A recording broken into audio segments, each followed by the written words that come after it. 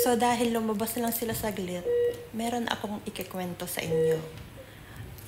Napakaganda ng experience ko dito kasi inalagaan nila ako ng mabuti. Lahat ng sakit kinaya ko. Pero isang sakit lang talaga ang nahihirapan akong kayanin. Yung sakit ng likod ko.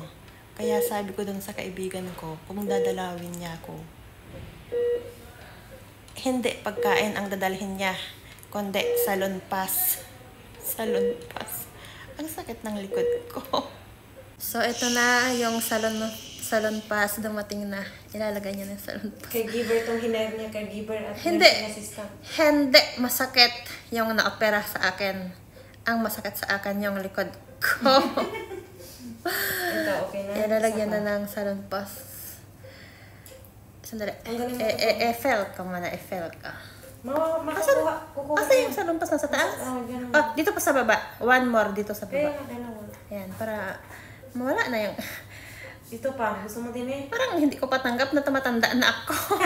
Tumatanda na ako. Sakit na yung likod ko, okay. After 1 minute, magiging okay na yung pakiramdam ni Edeline.